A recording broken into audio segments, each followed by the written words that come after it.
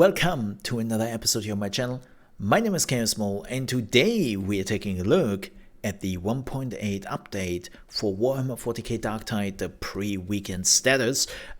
We are doing this live here on the channel because, well, I have been playing Darktide with my community, then this dropped, and now we are just reading through it and let's see what they have to offer. So that means I haven't read this yet. I don't know what we are getting into, so we are just reading through this, and then I will give some of my mind while doing so. So, rejects. We are 1 week into the pre-order beta and less than a week from the full release of Warhammer 40k Darktide, set for November 30th. Many of you have already had a chance to play. In fact, on average, players have played over 11 hours so far, with some highly devoted rejects, 12%, spending more than 30 hours. The Emperor respects.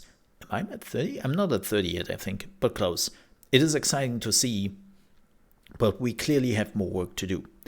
An area of focus this week was improving the online server stability and connection, and based on the current state, we have made a lot of progress in the area.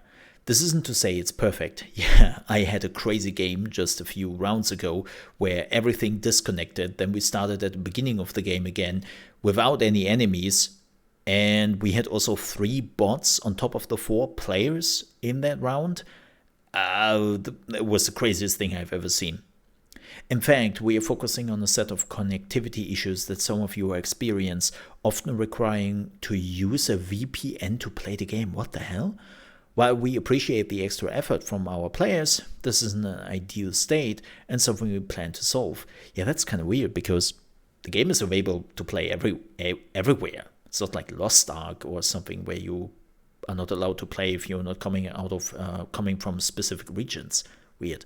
For the 1.8 update, our focus was to improve overall game stability and slowly introducing new progression and economy features. This is outlined below and then followed with a summary of the patch notes. Game stability. We went into the pre-order beta with the idea that this is an opportunity to test, find new issues, and solve them. We also said in our early update that we are not happy with the game stability and that we have work left to do. That said, we have made progress in this area since the last patch and the one deployed today. We hope this translates to a much more stable experience. This isn't to say we are done, and there are still a few pesky issues out there which we will continue to work through as we look to have a stable release. New features, progression, and economy. We are introducing more features as part of our progression systems and economy. For this update, we will introduce new cosmetics into the Armory Exchange, an improved end-of-round experience, and launch the first element of the crafting system. Hell yeah! The first batch of character and weapon cosmetics are now, give me just a second, are now available in the Armory Exchange. Expect a small variety of items, upper and lower body, okay, that makes sense, with access to more items growing as a player level progresses. To improve the player feedback of the progression system, we're also now highlighting what becomes available to players, weapons and feats, via the end of round cards. Oh, that's good. Hadron Omega 77, the Morningstar resident tech priest, will now be offering her service at the Shrine of the Omnissiah, located in the hub adjacent to the Psychanium. The shrine will be open to all rejects with a trust level 4 or higher.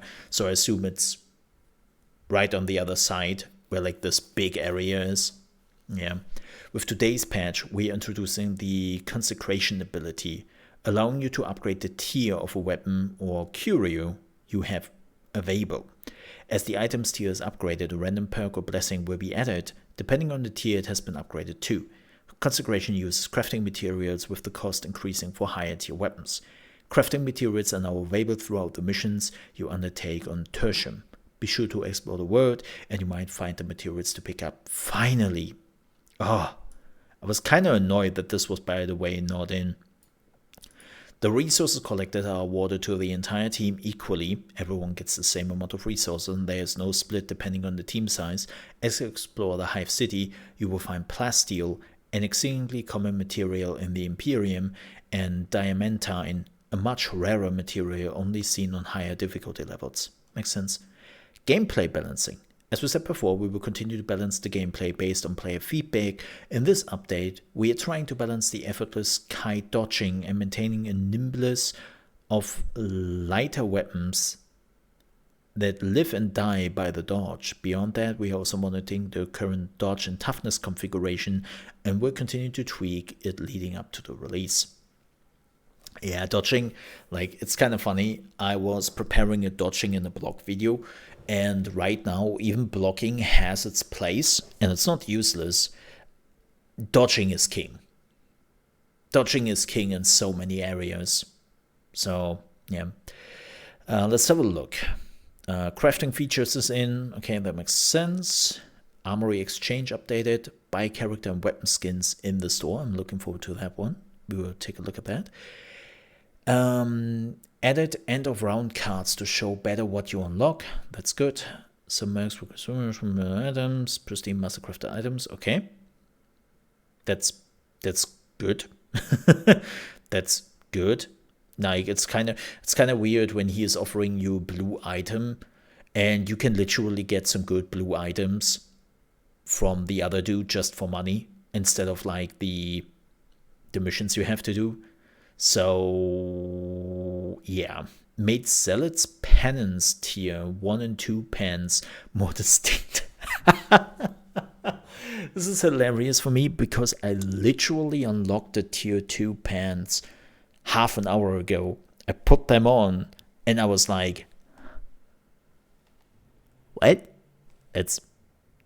Do I got some extra laces on my boots? What's the difference here? For the work you had to put into that and what you would get out of it, yeah, thanks.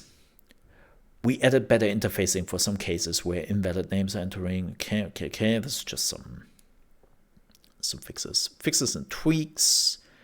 Anything interesting here? Did they fix the combat shotgun? Let me see.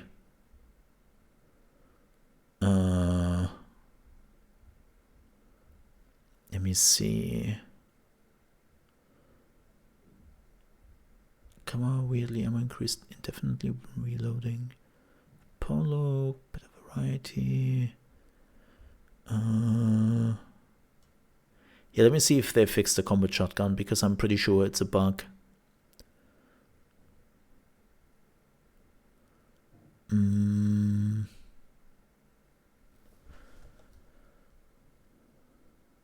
Fix the stagger, fix the animation. It's a voice tweaks. No, they didn't fix the combat shotgun. So it seems like the combat shotgun is still magically doing more damage. Yeah. Set up separate weapon-specific dodge curves for light melee weapons. Tune up separate Zealot baseline. Set up separate dodge curve for Zealot class, increasing baseline dodge distance to 7.75 meters over 4 seconds. Oh wow! So they buffed the Zealot that the Zealots have a better dodge. Increased dodge slide friction, speed threshold. Wow. We don't break down as hard on dodge sliding. Okay. Ooh. So weapon specific curses for agile dodge profiles to allow customized behavior. For Aatrox Tactical Axe and Magicam Dueling Sword custom curve 2.75 meters over 35 seconds with 0.35, sorry. With fine-tuned end to curve for chaining. For the Katachan MK3 Combat Blade custom curve 2.9 meters over 0.35 seconds with the fine-tuned end curve of chaining. Okay, so they basically nerfed. Like they want that people are using light weapons more instead of just the heavy hammers and not being as agile as with the heavy hammers. Huh. Interesting.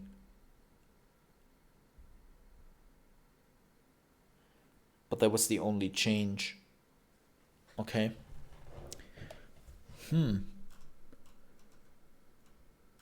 Right. Interesting.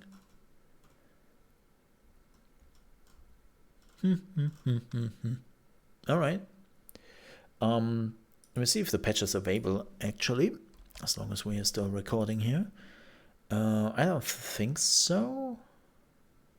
Wait, did it already download the patch? Oh, it did. It did the moment I left. All right. With that said, we're done going through the patch notes. I might do another quick video to check out the changes. I will see about that. If not, it will be on my live stream where I recorded this. I will put the link in the video description if you are interested. And thanks so much for watching. If you enjoyed this video, please don't forget to like. If you're new to the channel, you want to see more Darktide content we already have on the channel, more to come. We are also streaming here on YouTube from Monday to Friday, starting at 8 AM ET, which is 1 PM UK time and 2 PM Central European time, and playing a lot of Darktide right now because I really enjoy the game, and it's also the only game really available. Make sure to subscribe to the channel. Thanks so much for watching.